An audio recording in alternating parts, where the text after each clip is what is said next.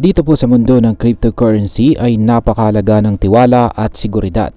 Ngunit paano kung ang isang kilalang crypto platform ay maging target ng isang cyber attack? Ito mismo ang nangyari kay Kaito AI, isang platform na gumagamit po ng artificial intelligence para sa crypto market analysis. Ang kanilang founder na si Yuho ay biktima ng isang coordinated attack kung saan ang kanyang official na X account ay na-hack. Ngayon ay ano po ang nangyari sa insidenteng ito? Paano po ito naganap? At ano po ang epekto nito sa crypto trading? Kaya yan po ang siyang ating aalamin sa video na ito. Pero bago po tayo magpatuloy ay pakibasa na lamang po ang disclaimer natin dito sa ibaba ng screen. Ayan. Ngayon ay umpisahan po natin sa kung ano po ang nangyari sa X account ng founder ng Kaito. Ayan. Nito pong March 15, na-hack ang official na X account ni Yuho. Siya po ang founder ng Kaito AI. Ginamit ng mga hacker ang account para magpakalat ng peking balita na kesyo nag-breach daw ang mga Kaito wallets na siyang nagdulot ng matinding takot sa mga investors. Dahil dito ay nagkaroon po ng panic selling kung saan marami ang nagbenta ng kanilang Kaito tokens. Bumagsak ng mahigit 13% ang presyo nito bago bumalik sa mas stable na halaga kinabukasan. Ngayon ay ano po ang motibo ng mga hacker? Ayan. Base po sa pagsusuri ng mga eksperto sa decentralized finance or DeFi, tulad ng DeFi Warhol, tila bahagi ito ng isang mas malaking plano para manipulahin ang crypto market. Ang ginawa ng mga hacker ay ang tinatawag na shorting strategy. Una, nagbukas sila ng short position sa Kaito tokens. Ibig sabihin ay tumaya po sila na bababa ang presyo ng token.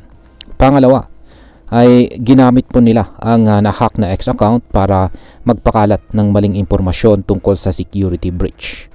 Pangatlo, dahil po sa panic selling ng maraming investors, bumagsak ang presyo ng Kaito token.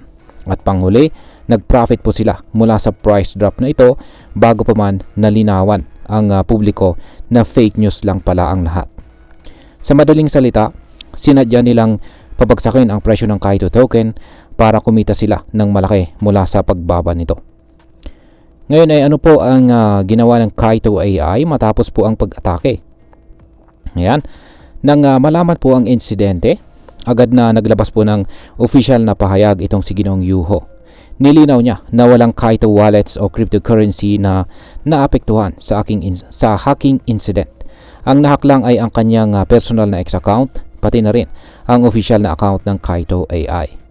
Nagpahayag din ang Kaito AI team na naibalik na po nila ang control sa kanilang social media accounts.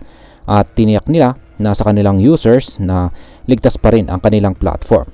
Sa kabila nito ay hindi pa rin maikakaila ang negatibong epekto ng fake news na ito sa Kaito token at sa buong crypto community. Ayan, bakit nga ba dumarami ang mga cyber attacks sa crypto industry? Yan, sa nakaraang taon ay dumami po ang kaso ng cyber attacks dito sa industriya ng crypto. Ayon po sa blockchain security firm na CertiK, umabot na po sa $1.53 billion ang nawalang pera sa iba't ibang crypto-related scams at hacking incidents sa buwan ng February pa lang. Kabilang po rito ang $1.4 billion na Bybit hack na iniugnay sa Lazarus Group ng North Korea. Maraming paraan ang ginagamit ng mga hacker para makapanlin lang sa crypto investors. Nandyan po yung social media accounts, yan, phishing scams at saka mga exchange breaches.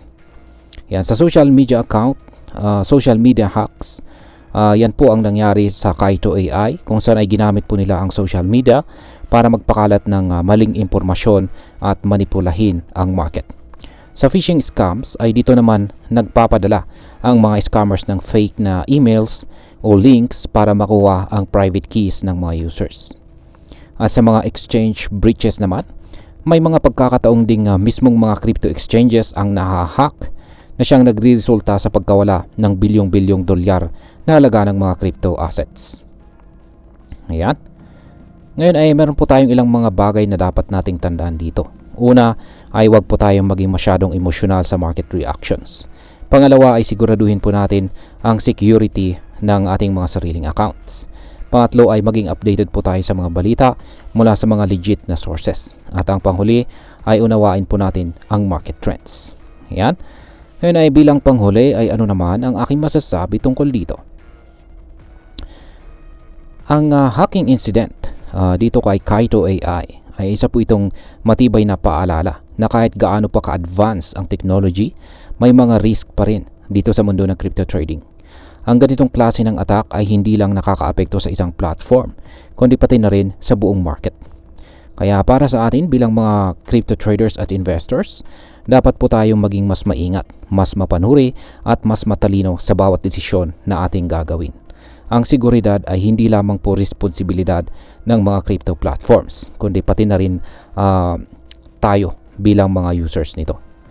Kaya tandaan, think before you trade and always verify before you trust. At ayan, hanggang dito na lamang po tayo sa video na ito mga ka-crypto. Marami pong salamat sa panonood. Ingat po tayo lagi at God bless po sa ating lahat.